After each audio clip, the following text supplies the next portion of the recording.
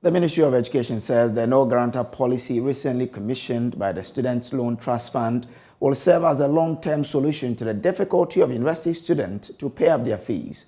The announcement is in reaction to the decision of KNUST authorities to defer 6,000 students for non-payment of school fees. There are growing reports that university students are becoming addicted to gambling, with most of them betting their school fees on football games.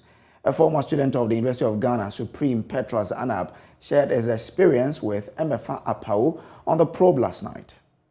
Last year, I spent almost 10,000 Ghana cedis on betting, and I won only 200 Ghana cedis.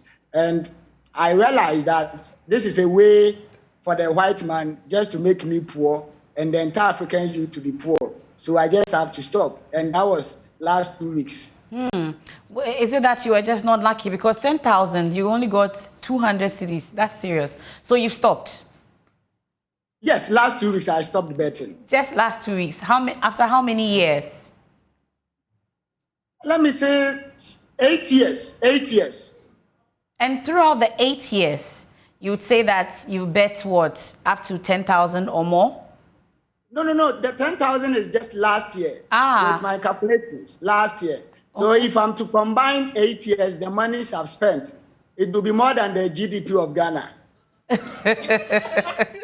That's interesting. I couldn't help it at that point. Well, but but really, so you do this with your friends? You all do it?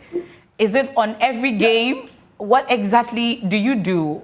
I was just learning that you have to create an account amongst others and do it. But you have stopped, thankfully. The youth are listening. You have found a way, you've seen the light, and you've stopped. What would you tell your other colleagues then about betting? Let me make this correction. I just stopped 2 weeks ago, and I don't know if I'll come back.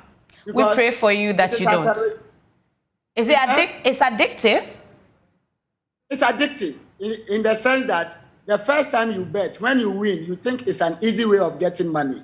If you lose, you will try as much as possible to go again so that you can recoup all your monies that you've spent on betting. So it's not an easy thing. It's very addictive. And as you said, I think with my friends, when it came around 2012, we used to go to the office. At that time, I was at KNUST. So from KNUST, you walk all the way to Bantama to go and stake bet and come back. And there are times you go this, I've forgotten the name.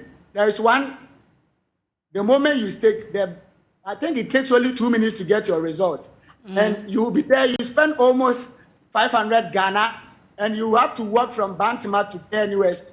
And when we came back to Legon, I think technology has advanced. So we were doing it on our phones and on our laptops, and still we were not winning. So I can say I wasn't lucky. And even most of my friends, I was with them, they were also not lucky because...